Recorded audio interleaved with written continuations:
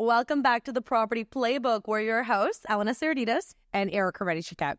And today we're going to talk about two exciting topics. We're going to talk about the spring market because spring has sprung. And we're going to talk about to offer date or not. Should we be listing with an offer date or should we just list for what we want? I think this is going to be... What do you want to talk about first? Whoa, we're like, offers. Oh my gosh. Let's talk about pricing strategy first. What are you doing? And then I'll talk a little bit about what I'm doing right now. Okay, I like it. It's like a round table. I don't even have time to know what you're doing, so I got to speak off the cuff. I'm kidding. It depends. It really depends. I think the offer dates are working in very small segments of the market. So I've kind of got a whole selection of things on the market right now. The kind of entry-level condos, those are definitely not offer dates. Those are price, set, patience. That really competitive range, that kind of 1112 to 15, I would definitely encourage an offer date. That's where I think you're seeing the bulk of the buyers and the bulk of the demand. And then I think as soon as you exit that price bracket, it's again, you're pricing at where you want to be. So let's make it simple. Condos, no. 1 to 15, yes. For houses. Anything for houses. Clear. It's for houses. Good point. Do not do that on a condo. Good clarification. But for a house, if you do want between 1.1 to 1.5, 1.6, it's still working because they're entry-level houses. Exactly. And that's where I think the pent-up demand is. And then I think as soon as you're, call it north of 1.5, maybe 1.7, again, we're talking houses, I'd say back to the good old price and be patient. So that's where I'm at. Where are you at? I would say I'm relatively the same. If it's an entry-level price point category, we are doing offer dates. If it's not an entry-level price point category, we're doing regular listed exactly what we want. Condo market, I find, is very slow right now. Very. Yeah. So if you are selling a condo, there has to be something special about your property, and that's what's going to get it to go before your competition. So staging, a must. Painting, a must. If there's something about your property that doesn't stand out, fix it before it goes to market. Totally. And that's regardless of what kind of property you have, fix it. Create a property that has at the least amount of no's possible. So like, oh, I like it, but I don't like this. Take away the but I don't like, and that will get you sold quicker than everything else. I would say, frankly, before pricing, before staging, before remove all the ifs, buts, ands, it's price. It's price. Because the paint goes a long way, the staging goes a long way, but if the price is not aggressive, it's not moving. And the thing you have to remember too is if you have a listing right now and it's not moving, what your agent should be asking every single potential buyer that's walking in or agent that's walking in, at what price is your client a buyer for this property? That is a key question. Because let's say, for example, it just wasn't the right fit. Like there wasn't enough bedrooms, the size wasn't enough, regardless, it's not their home. But let's say they just didn't like the price. They didn't feel the value was there. That's your answer. Your price is too high.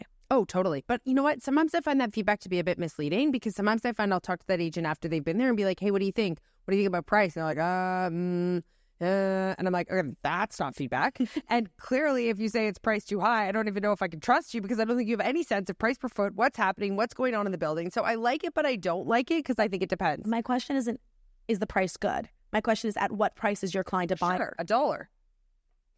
Then you're not my buyer. But that's the real question. It's like, okay, like they really love the house, but you know what? They don't feel, and I don't feel it's worth 1.5 or 1.6. I think it's worth 1.4. And like they would actually buy your house if it was at 1.4. Now we have actual feedback. Like at 1.4, we actually have a buyer. Yes. So is there someone out there that's willing to pay us more?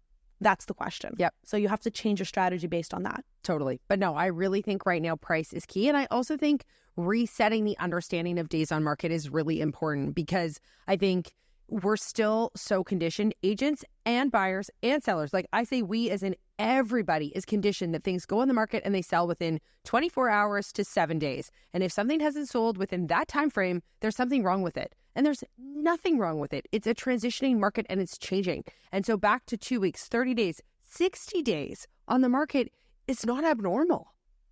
Yeah, I would agree. I think people need to stop getting scared by days on market and just actually go into the property because you don't know what it's actually worth until you see it in person. Big time. But I think the problem is because everybody has this kind of preconceived notion about days on market, as soon as they see anything north of 7, I find everyone's like, what's wrong with it? Oh my gosh, what's wrong with it? And I'm like, there's nothing wrong with it. It's transitioning. It's a transitioning market and nobody's really caught up with the new norm of this market. Fair. So I think people need to be cautious. That and the cancel relist thing, it's a marketing tactic. Yes. It has nothing else to do with anything else. People like the fresh, new, shiny thing on the market. That's why people cancel relist. Yeah. I know it's sad and shocking, and people are like, oh my God, it was listed so many times. Yeah, because they need it fresh. Because if it's not fresh, people go, it's been on the market for X amount of days. What will we do? Yeah. And I think you'll start to see more of a comeback to price changes and less of this, let me try and fool them with the cancel relist. And now, God bless all these apps that everything's like cancel relist, cancel relist, cancel relist, cancel relist. There's no secret behind it. But now that I think people actually understand that price changes are a thing, I think you might see more price changes and less cancel relist. And we also need to normalize days on market for that to happen.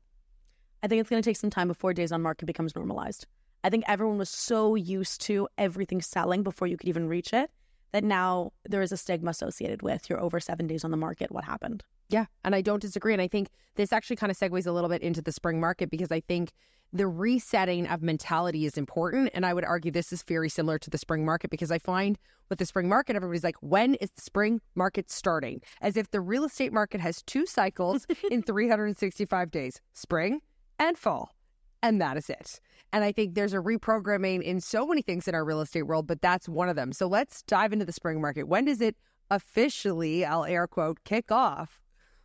Oh my gosh. I say it officially starts when the weather starts getting warm enough that people are walking around again. So January 1? Because what winter have we had? Welcome to global warming. No, but right now, like the weather's getting a lot warmer. I would say in the next month or so, we're technically in the spring market. But what is the spring market? Is it actually a thing? People just like to buy when it's warmer outside. Yeah. Like not as many people want to go house hunting in the winter because it's cold and it's disgusting and people don't want to slip and slide on someone's driveway while they're seeing a property. That's a fact. And houses do look like in their best light in the spring and in the fall. That's why those markets are so hot. It's pretty and shiny and everything's beautiful and there's trees. Like people like that market just to look at homes in. Totally. And I don't disagree. And listen, I'm not knocking the spring and the fall market, but I do find it funny because I find so many people are like, okay, am I going to miss the spring market? When it's the spring market, I need to be ready for the spring market. And I'm like, okay, there is a real estate market all year round, just as an FYI. But the spring is obviously when we see more people coming out. We see more buyers, we see more sellers, we see, kind of that surge, if you will, of everybody's held on. And so now they're ready to go. But I agree with you on the weather. I think we've seen actually more product come to market early spring, like in, present times and a little bit prior, because we've had a really mild winter. And so I'm curious to see how the spring unfolds. And if we see this pent-up demand of the buyers that I think a lot of sellers are hoping for. This is the thing. I think every single seller is thinking the exact same thing. They're thinking all the buyers are going to come in the spring and we're going to list in the spring and we're going to get all the buyers, so we're going to get more money. I think what they fail to realize is every seller, there's a pack mentality, think the exact same way, which means every seller is going to list at the exact same time and the buyers are still going to be shopping. So I don't think they're going to see this extreme price change that they're hoping for. And I know this is like contrary to popular belief. For being controversial. I mean, I think you can say contrary to popular belief because I agree with you. I think there's a mentality that like the floodgates are going to open and these buyers, I mean, I've seen the memes are going to be like climbing over each other as if they're, Something like a Black Friday sale. That's what they're Yes. And I go, okay, I don't know if it's going to be because I don't know that the buyer's mentality is a Black Friday sale right now. I think they're cautiously optimistic. I think they're definitely mindful of could the market start to move and could it start to run away because there's a lot of people talking about that. But I don't think that post-Easter it's going to be, get your body armor on and get ready. I would agree. I think that the movement is going to happen with inventory solely because sellers are going to have a reason to want to sell again. Yes. Like right now, I find, and I'm not sure if you're finding this too, a lot of sellers that we have on the market don't know what they're going to buy. And their conversations with us on a day-to-day basis is, well, nothing I like is on the market. Big time. I mean, I literally chatted with potential sellers yesterday, and I said, where will you go? They're like, we have no idea. And I think to your point, it's true. We need fresh inventory. And I think what everybody's forgetting is a lot of the inventory that we're seeing right now, we saw last fall. It's frankly a lot of recycled inventory, a lot of recycled houses that didn't succeed in the fall that have come back to market to, kind of beat that spring rush, if you will, and kind of capture those buyers. But I think, to your point, we need fresh inventory. And so could we be a little mistaken in the sense that when we see the fresh inventory, you actually maybe see a little bit of buyer demand. Maybe. It's possible. I think you said something key here. Beat the spring market. And I'm going to touch on this. Yes. There's a little window of time between when the spring market happens and between when the winter is kind of easing down. Yes. I was going to say winding down. Winding down. I forgot the word. There you go. Winding down. And that little pocket is when there's really no inventory on the market, but there's still buyers out there hunting. So if you have something, why wouldn't you want to compete with no one? Like, I have the nicest semi, or I have the nicest detached, or I have the nicest condo on the market. I'm going to list it when I have no competition, as opposed to listing it in the spring when everyone else comes. And instead of me being the nicest, shiniest thing, I'm one of 10 nice, shiny things. And now we're all competing for the same buyer that wants to buy our house. But now they have options. It's so true. And I think the options are coming. I mean, now it's you drive down the street and there's one sign. Come, true spring, there could be 10. You don't know. But I mean, I think inventory is definitely coming. And I think your point about herd mentality and that pack mentality is so true. Everybody wants to do what everybody else is doing at the same time that everybody else is doing it. That's our spring market. That's inventory. That's product. And then the buyers kind of follow in suit. But yes, with more, options, I think it's going to give buyers a bit of a breath of fresh air that they're looking for. And from a selling standpoint, I mean, listen, you're selling because of a need or a reason or a change in life. And so you're also then laterally moving in the market. So I really think there's good opportunity to be had. And I think the conversation you and I know, have multiple times is sell and buy in the same market. Yeah. Not sell and buy in different markets. Yes. I actually had this conversation with a client the other day, and they were like, we want to sell our condo, but we don't want to necessarily buy yet. And I was like, well, wait, why? And they're like, well, we want to rent for a little while. We can use the money in other avenues. Like, we're not ready to buy another property. And I said, okay, well, how much do you need to sell the condo for? Because you bought it in the peak. And they looked at their numbers and they said, we understand we're going to lose money on this. And I said, well, then why would you move the money? Like, where are you going to move this? So they rethought about it. We're going to rent it out for them instead of sell it. Yeah.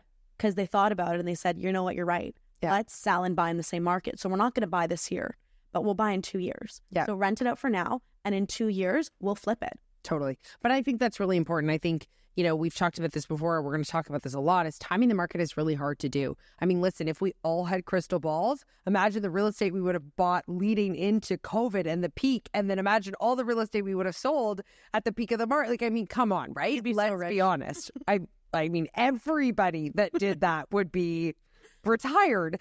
And so timing it is really, really hard to do. And so I think it is so important to look at your life and look at why you need to move and what you're moving for, and make sure that A, it makes sense, and then B, that you're doing it in the same market, or at least as close to the same market as possible. Obviously, we don't have control about the market. The market can shift and change, but you absolutely want to be trying to time, I agree wholeheartedly, your transaction in the same market. Yeah. And timing the transaction in the same market is different than timing the market. Yes. I'm going to say that very clearly because one more time slowly. You cannot time the market. It's not possible.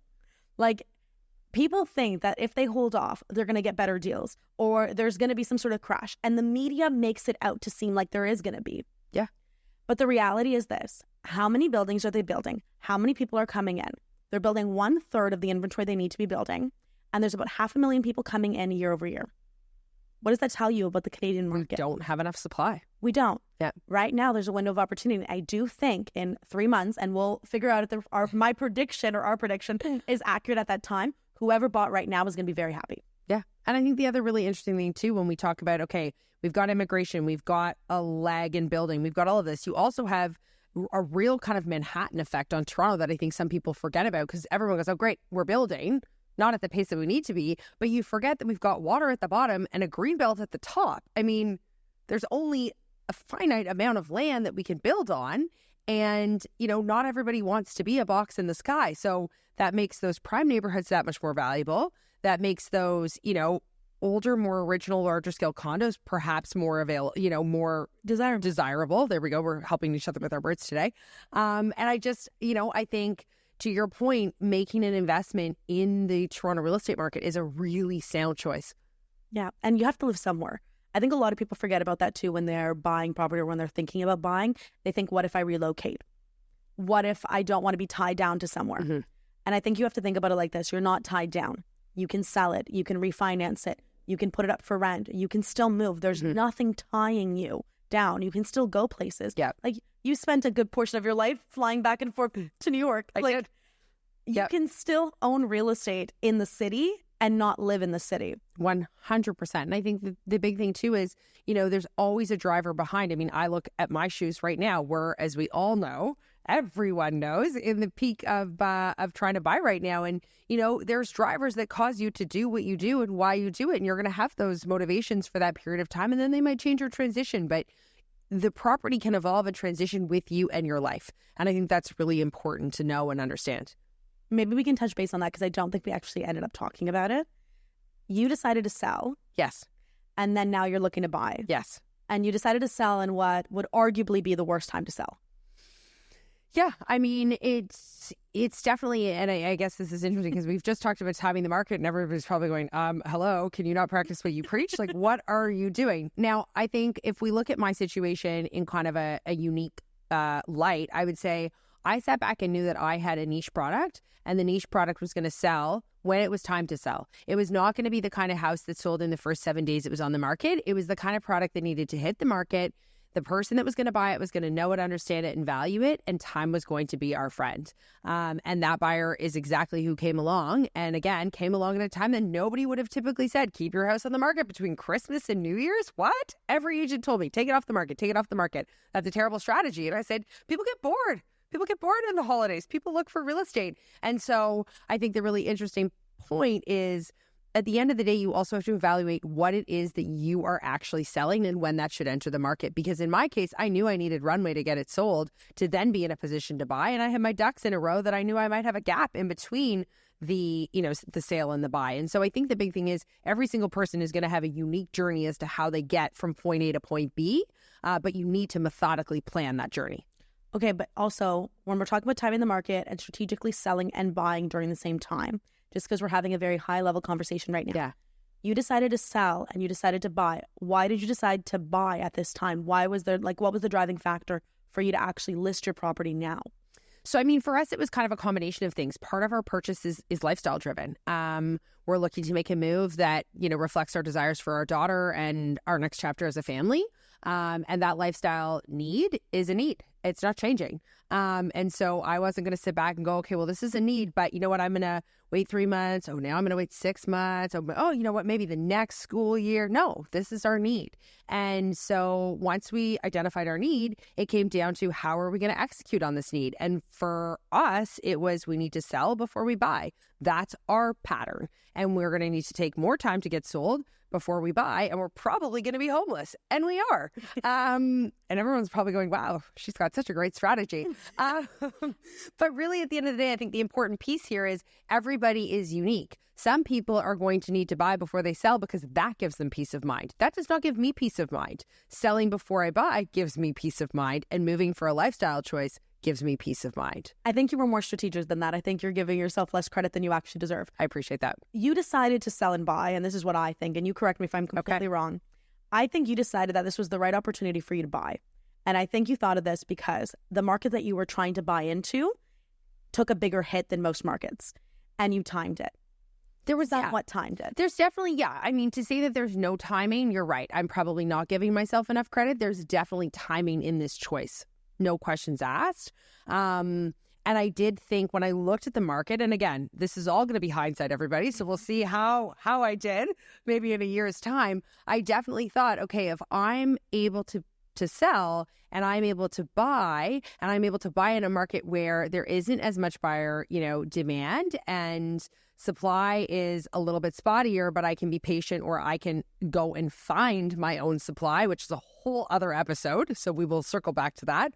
I thought, okay, I'm going to be in a good spot. And I really feel I am, but I actually don't know if I am because everything's not done yet. So stay tuned. We're going to talk about that next week when Erica did or did not buy her home. That's what we're going to find out. Oh my gosh. And what to do when your property is actually not available. Like the house that you're looking for, the condo that you're looking for does not actually exist. What are the steps that you should take, or what are the steps your agent should take to make sure you can find your dream home? Once again, it's Elena Saraditas and Erica Reddy-Chiquette.